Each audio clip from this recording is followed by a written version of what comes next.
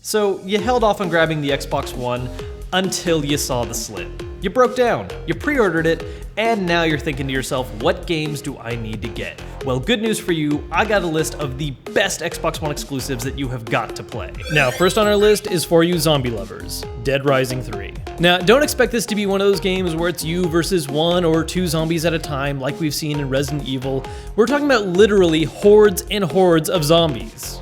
So I know I've been using the word zombie a lot, which usually gives the feeling of a survival horror kind of thing, but really this game is more of a jackass simulator. Zombies in this are really nothing more than just obstacles for you to steamroll. I mean really, just look at what you can do in this game. You can put on a dragon costume and fly around breathing fire on stuff. Or, if it's more your thing, you could dress up like a schoolgirl and just tear through enemies with a chainsaw. And on top of that, the exclusive DLC is completely ridiculous, with an equally ridiculous name.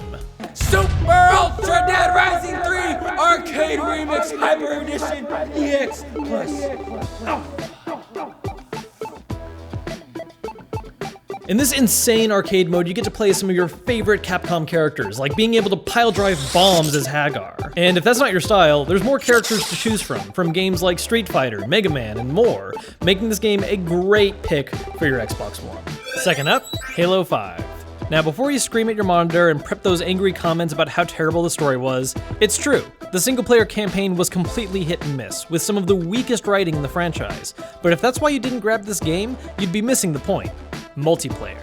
5 knocked multiplayer completely out of the park, bringing the series back to its arena shooter roots. So instead of borrowing things like kill streaks and level unlocks from Call of Duty, which is what 4 did, 5 got rid of all of that, essentially putting players on a level playing field, where all that matters is skill and map knowledge. Not only that, but the online modes are fantastic, offering classics like Capture the Flag, Infection, and good old Team Deathmatch. And for something new, Warzone mode, where 2 teams of 12 fight it out on massive maps, filled with AI enemies, capturable bases, and multiple objectives for winning the day. If you loved the older Halo games, you gotta check this one out.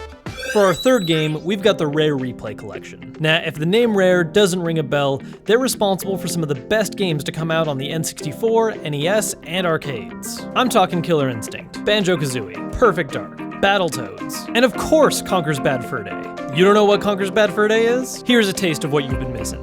I am the great mighty Pooh, and I'm going to throw my shit at you. Yeah, that's a family favorite.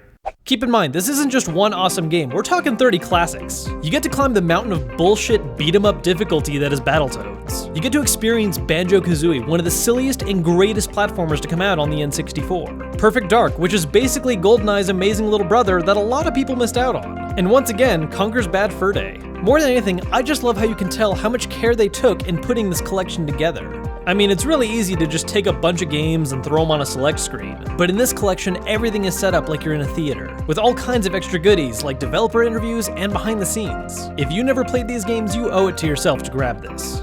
Now for one of the most underrated games on the Xbox One, Sunset Overdrive. This game cares about just one thing, bringing the fun. You know who doesn't like the sound of grinding on rails, shooting teddy bears strapped with dynamite at giant mutant freaks? No one. It's bright, colorful, and never drops in energy. It also doesn't hurt that the soundtrack kicks ass. Enough said. Moving on to one of the most beautiful games on the Xbox One, Ori and the Blind Forest. In this 2D platformer, you play as Ori, navigating your way through a gorgeous forest filled with beautiful landscapes, wonderful creatures, and a fantastic use of lighting that sets the tone for the whole game. And if that doesn't float your goat, don't worry, because the game mechanics are just as amazing.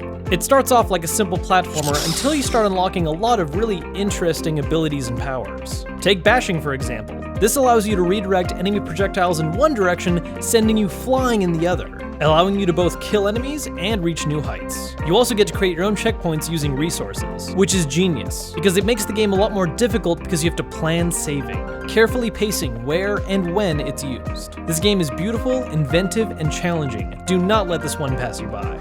I can already hear some of you right now, what about Forza Horizon 2, the best racing game of this generation? And you're right, it's a great pick, but here's my flawless logic. Unless you really gotta get your racing simulator fix right away, Horizon 3 is just around the corner coming out in September, and will also be taking advantage of the Slim's added function of supporting HDR.